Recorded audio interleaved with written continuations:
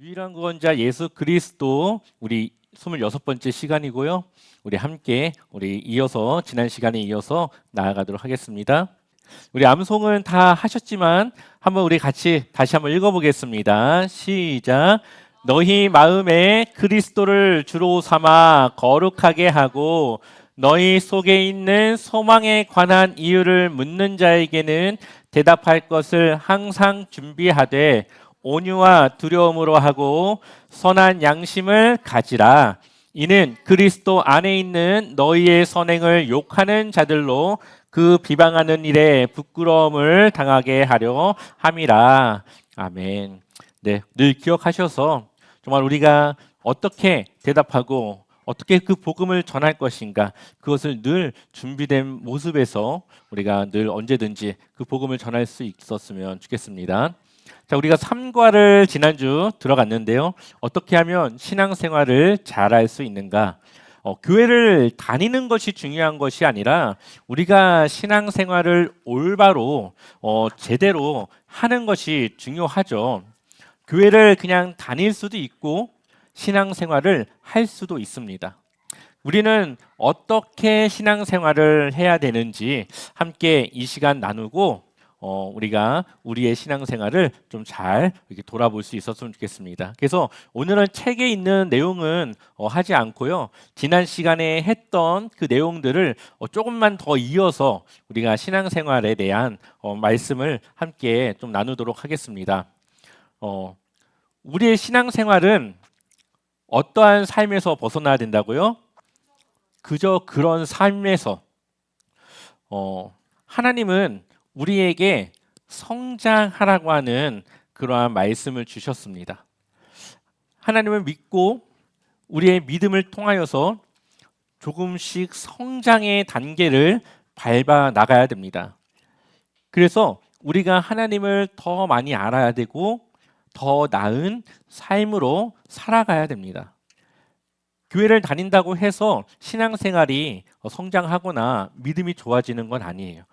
말씀도 들어야 되고 그 말씀을 삶 속에서 적용도 해야 되고 그러한 적용 속에서 하나님을 경험하고 믿음이 더욱더 확고해지고 그렇게 우리는 믿음의 성장을 이루어 나가야 됩니다.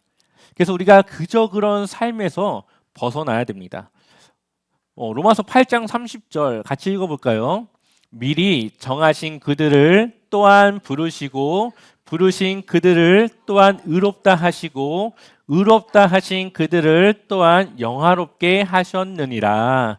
아멘.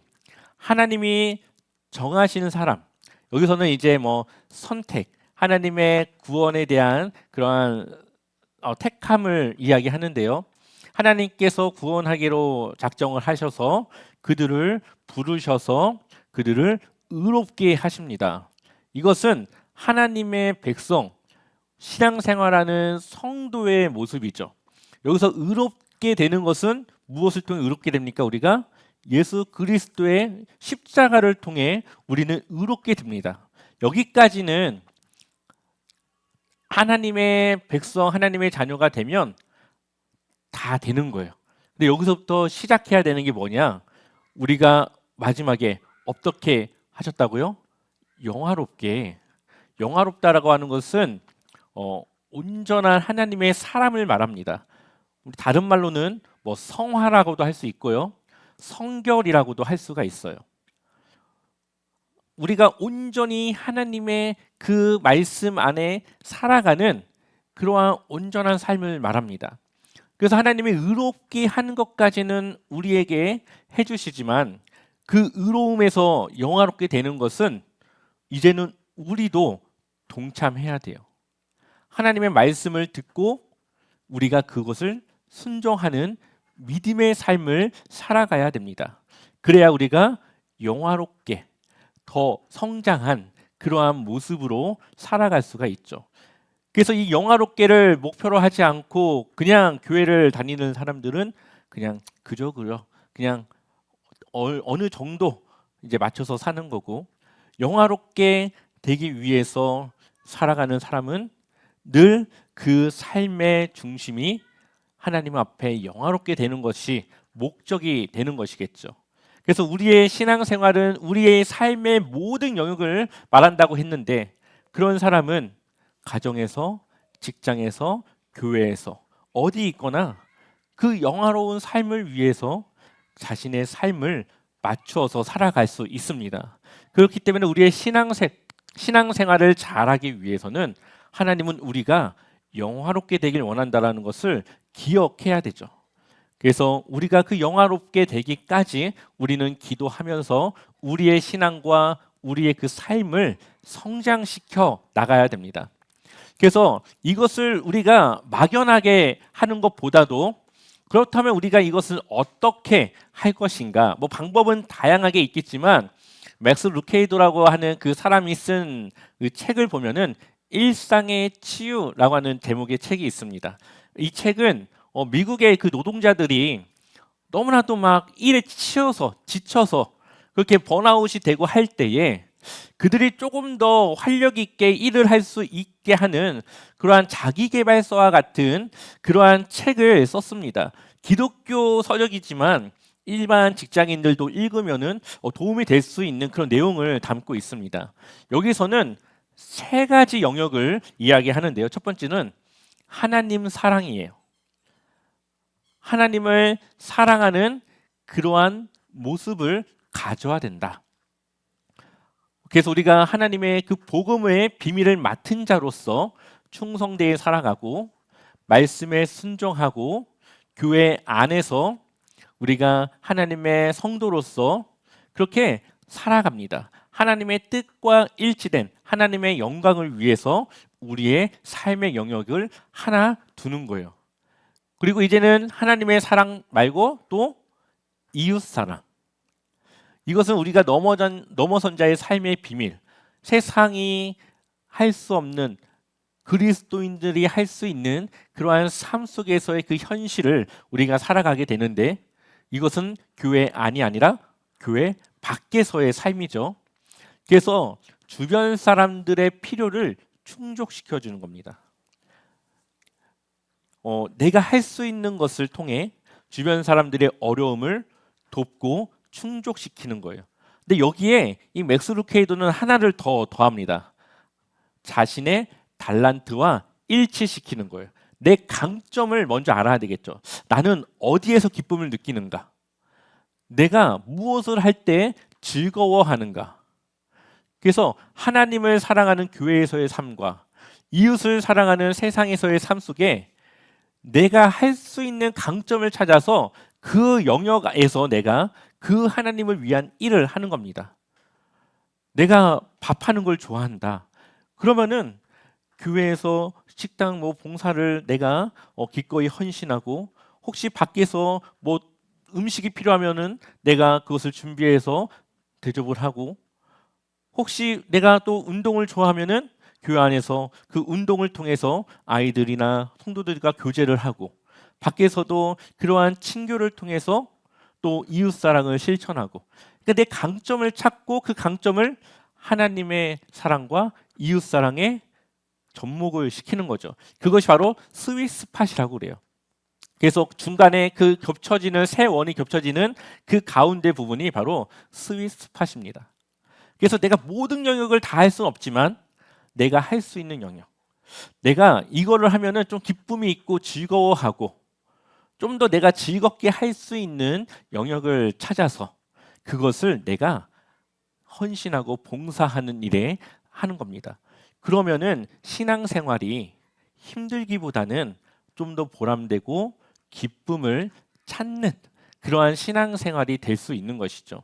그래서 제가 생각하는 것 하나는 저와 함께 공부했던 그 동기 목사님이 저보다 나이는 좀 있으신데 몇 살 더 많으신데 지금 하시는 일이 그 강점을 찾아서 그 교회 성도님들의 각각의 강점을 찾아서 그것을 어떻게 교회 안에서 서로가 봉사하고 하는 일에 접목하는가 이것을 이제 좀 집단적으로 이렇게 해주는 그 목사님이 계시는데 한번 좀 올해 초청을 해가지고 우리 교회 성도님들의 강점도 찾고 우리가 좀 더 함께 각자의 분야에서 좀 사역할 수 있는 그러한 것들을 우리가 한번 좀 정확하게 한번 짚어보고 싶어서 지금 계획 중에 있습니다. 그래서 가능하면 좀 빨리 우리가 우리의 안에서의 그러한 것들을 좀 한번 찾아보는 그러한 기회를 한번 갖도록 하겠습니다.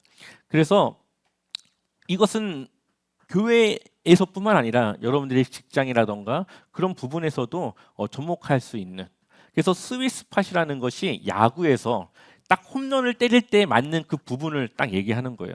그래서 우리의 그 신앙생활에 내가 정말 딱 맞춰서 할 수 있는 그 영역을 우리가 찾는 것도 우리의 신앙생활을 잘 할 수 있는 그러한 부분이라는 것을 우리가 알고 있었으면 좋겠습니다.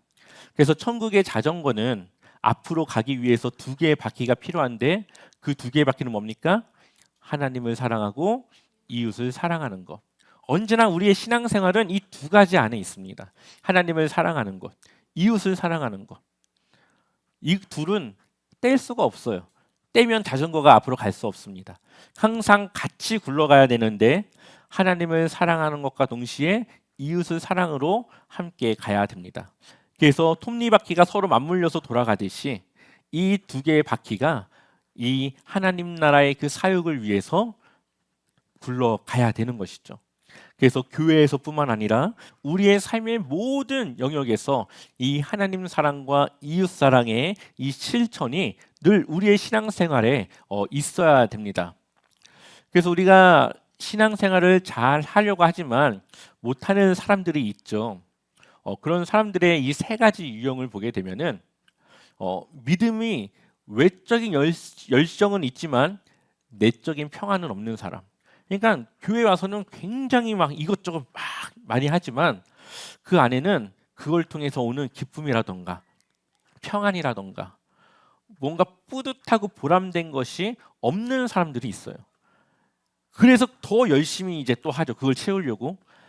근데 이러한 내적인 평안이 없는 사람, 이러한 사람들은 어떠한 사람들이냐? 보통은 약간 율법적인 사람들이에요. 그러니까는 내 기쁨으로 하는 것이 아니라 이거는 꼭 지켜야 돼. 자기만의 그 기준을 가지고 그 기준에 맞춰서 사역을 하니까 자기는 열심히 하지만 거기서 오는 채워짐이 없습니다. 그래서 우리가 율법적으로 이것을 하고 저것을 하고 이러한 것을 내가 정하는 것이 아니라 나의 필요를 어디에서 나를 필요로 하는지, 내가 어디에 내 신앙과 헌신과 봉사를 해야 되는지 그것을 찾아야 되겠죠. 그래서 정말 필요한 곳에 헌신을 하고 정말 필요한 곳에서 내가 사역을 할 때에 그때의 기쁨이 있고 평안이 내 안에 있게 되는 겁니다. 그래서 정말 열심히 하는 것도 중요하지만 그것이 정말 나를 필요로 하는 것인지 아니면 내가 그것을 해야만 된다라고 하는 생각에서 하는 것인지 이런 것들을 우리가 좀 같이 구분해서 생각을 해야 될 것 같습니다. 두 번째로는 교회 생활은 정말 열심히 해요. 근데 가정에서는 늘 어려움이 있는 분들. 예전에 그 교회를 가다 이게 성도님들 이렇게 막 차를 태우고 막 이렇게 신방하고 막 하다 보면은 이렇게 말씀하신 분들을 좀 여러 봤습니다. 남편이 교회를 못 나가게 해가지고 막 성경책도 찍고 정말 힘들게 교회를 다녔었다 하는 분들이 있어요. 근데 결국에는 남편까지 교회를 나오는 경우들이 많이 있습니다. 근데 그분들은 잘 그걸 극복을 한 거죠. 어떻게든 그것을 지킨 거죠. 근데 어떤 분들은 정말 교회에서는 누구보다 열심으로 하지만 가정에서는 늘 불화의 중심에 있는 분들이 있습니다. 교회에 대해서 부정적으로 말하는 그 남편을 혹은 그 아내를 이건 마귀야 마귀 이렇게 여기는 사람들이 있어요. 내 신앙생활을 방해하는 이 마귀야, 내가 싸워서 이겨야 돼 이런 분들이 있어요. 근데 그렇게 생각하면 안 되죠. 내가 기도하고 더 그 안에서 신앙생활 속에서 하나님의 그 사랑을 베풀어야 될 영역으로 봐야 되는 것이죠. 그래서 교회 생활과 이 가정 생활에 우리는 늘 다툼이 아니라 연합과 기쁨을 위해 우리가 그 자리를 지켜야 된다. 그래서 교회 생활과 가정 생활에 그 중심에서 내가 해야 될 그 역할들을 찾는 것. 그것도 우리가 신앙생활을 승리하는, 신앙생활을 잘 할 수 있는 그러한 모습이라고 볼 수가 있습니다. 세 번째로는 직분에는 충실해요. 교회에서 뭐 장로님들, 장로로서의 그 직분은 정말 충실한데 직장에서는 그렇게 막 열정도 없고 사람들한테 그렇게 막 인정도 못 받고 인지도가 없는 그런 분들이 있습니다. 교회에서의 일은 정말 열심히인데 회사에서는 다른 모습인 거예요. 그 이유는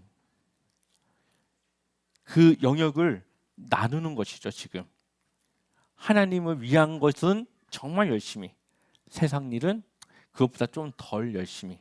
하지만 우리의 신앙생활은 모든 영역 가운데 있다라는 것을 기억해서 교회에서 하는 것보다 오히려 직장에서 더 성실하게 열심으로 해야지만 그리스도인으로서 다른 사람에게 더 좋은 영향력을 미칠 수가 있습니다. 그래서 그 서울에 있을 때 어떤 분은 공부를 굉장히 잘하는 분이에요. 이분은 엘리트. 근데 이 대기업에 들어가서 이제 처음 이제 막 신입사원이었겠죠. 신입사원이었는데 해외 현장 파견을 누군가가 가야 되는 거예요. 근데 이분은 엘리트이기 때문에 그냥 그 자리만 지켜도 승진이 거의 보장된 그런 분입니다. 그런데 그 아무도 가지 않으려고 하는 현장 이 파견 근무를 이분이 지원을 했어요. 그래서 사람들이 야, 너 왜 그래? 현장 가서 얼마나 힘든데 그거 뭐 하러 가려고 그래? 안 가도 되는 거를. 근데 아무도 지원하지 않는데 그 사람이 내가 가겠습니다 해서 갑니다. 그런데 그 사람이 한 7년인가 그렇게 현장 경험을 하고 돌아왔어요. 그리고 그 사람이 승진을 합니다. 왜 그랬을까요? 이 사람은 이 회사 내부의 일도 할 수 있지만 현장도 아는 사람이에요. 그러니 그냥 회사 내부에서 사무일만 한 사람보다 현장의 일을 이해하고 이 사무일을 하는 사람이 회사에서는 필요한 거겠죠. 그래서 이 사람이 승진을 해서 임원이 됩니다. 직장에서 우리가 정말 헌신하고 해야 될 부분들을 우리는 해야 됩니다.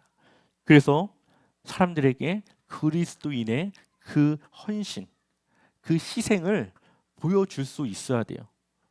그래서 교회에서 뿐만 아니라 직장에서도 우리가 신앙생활을 잘 할 수 있는 그러한 모습을 갖추어야만 우리는 신앙생활을 잘 할 수가 있습니다. 5불의 영적 분포도 사람들을 나눠 보면은 처음에는 군중입니다. 군중. 예수님도 이 복음을 전할 때 사람들이 많이 따라다녔죠.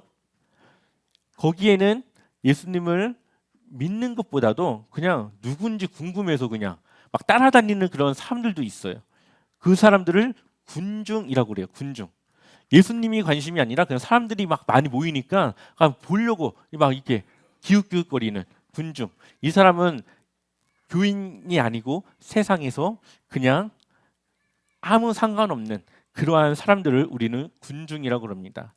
근데 이제 교회의 안에서 보면은 지역 사회인, 그냥 그 교회 좋다더라, 그냥 종교 생활 좀 하려고 그냥 교회 나가는 사람들, 그냥 교회의 교인이라기보다는 그냥 뭐 이 교회도 한번 보고 사람들도 만나고 그냥 뭔가 그러한 이유로 이 교회를 다니는 사람들이 있어요. 근데 이 사람들이 이제 조금씩 신앙을 갖게 되면은 이제 교회에 등록을 합니다. 아, 이 교회 좀 괜찮은 것 같네. 이 교회 좀 앞으로도 좀 다녀도 되겠다. 교회에 등록을 합니다. 그리고 등록을 하고 나면은 이제 나도 좀 뭐 좀 하고 싶은데, 나 저거 찬양 잘할 수 있는데, 나도 저거 할 수 있는데, 이제 뭔가 하고 싶은 생각이 들어요. 그래서 헌신하고 그 무리에 동참하고 함께하고 싶은 생각을 하게 됩니다. 이 사람들을 헌신된 자. 그런데 이 사람들이 이 헌신을 원하는 것이 그냥 자기도 그 사이에 끼고 싶어서. 그러니까 나도 할 수 있으니까 자기도 좀 뭐 좀 한번 해보고 싶어서 그렇게 이제 헌신을 하는 사람들이에요. 근데 대부분의 사람들이 여기서 끝납니다. 그러다 보니까 헌신은 하지만 신앙의 성장이 없어요. 헌신은 하지만 그 가운데서 얻는 기쁨이라던가 체험이 많지 않습니다. 왜 그럴까요? 자기는 많은 것을 쏟아내지만 채워지는 것이 없으니까 그렇겠죠. 그런 사람들은 이제 얼마 못 가서 그 이제 일을 그만둡니다. 아, 난 좀 쉬어야 될 것 같아. 그 봉사의 자리를 내려놓게 돼요. 근데 그것을 내려놓는 순간 이제 교회하고 멀어지게 됩니다. 왜냐? 이 사람이 교회를 다닌 이유는 거의 성가대 하려고, 아니면 교회 그 뭐 다른 봉사 그 자리 때문에 항상 그 시간을 지키고 교회에 나와서 그 신앙생활을 지켰는데 너무 힘들고 피곤해서 그것을 놓고 나니까 이제 교회 가는 게 좀 허전해져요. 교회 가서 내가 할 것도 없고 예배만 드리고 오고, 아, 그게 무슨 의미가 있나? 이제 이런 생각으로 이제 교회하고 멀어지게 됩니다. 근데 이 헌신된 자의 삶을 모습을 넘어서게 되면은 평신도 사역자가 됩니다. 이제는 말씀을 듣는 것이 아니에요. 이제 내가 말씀을 전하기도 해요. 이제는 누군가에게 말씀을 가르치고 전할 수 있는 그러한 위치에 서게 됩니다.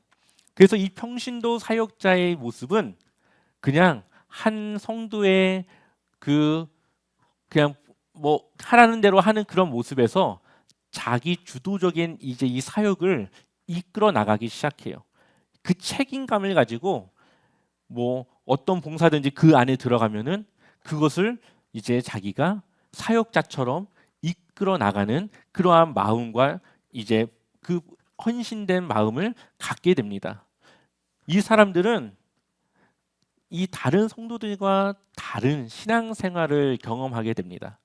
그래서 우리의 목적은, 또 우리의 목표는 헌신된 자에서 끝나는 것이 아니라 평신도 사역자의 자리까지 우리는 가야 되고 성장해야 됩니다. 그래서 교회에서 이거 하라고 지시하는 것만 그냥 하는 것이 아니라 자신에게 맡겨진 그것에 대해서 사역자의 마음으로 어떻게 해야 내가 이것을 잘할 수 있을까를 고민하면서 그 안에 책임감을 가지고 그거를 이끌어 나가는 그 위치에 서야 되는 것이죠. 그러기 위해서는 교회 성도들과도 좋은 관계가 있어야 되고 평판도 좋아야 되고 사람들이 그래도 좀 따를 수 있는 그런 리더십도 있어야 되고 여러 가지 갖춰야 될 것들이 있지만 그것을 갖춰 나가는 거예요. 그것을 내가 갖추는 것이 아니라 말씀을 통해, 순종을 통해 말씀을 내가 듣고 그것을 따라 살아가면서 그거를 하나하나 고쳐 나가다 보면 이제는 이 평신도 사역자의 자리에 우리가 설 수 있는 것이죠. 그래서 이 평신도 사역자들이 잘 세워진 교회는 많은 이 사역자들이 필요 없습니다. 그냥 그 부서에 딱딱 뭐 한 사람 혹은 뭐 그 사람들만 딱 그 사역자들을 세워놓으면은 그 이하는 이제 이 사역 평신도 사역자들에 의해서 모든 일들이 다 이렇게 진행되고 하기 때문에 이 교회가 건강해지는 거죠. 그래서 교회는 항상 뭐가 있습니까? 사역자가 바뀌면 그 부서가 바뀌어요.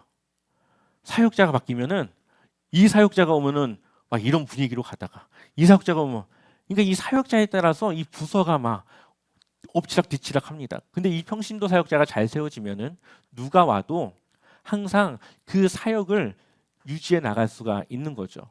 그래서 우리가 말씀을 이제 듣는 곳에서 전할 수 있는 그런 훈련된 사역자로서 그 길을 가야 되는데, 오늘 우리가 하는 이 오후 특강이 바로 그러한 사역자를 키워나가는 그러한 훈련의 과정 중에 하나입니다.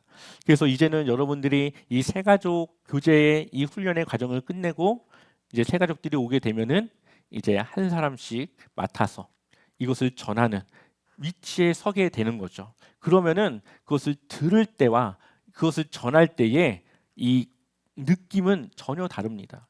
들을 때는 그냥 흘려 들었는데 이제 전하다 보니까 내가 이게 부족하네. 전하면서도 내가 이거를 못 하고 있었는데 나도 이거를 해야 되겠구나. 이러한 이제 이 자기 안에 그 스스로의 돌아봄이 그 안에서 생기게 되는 것이죠.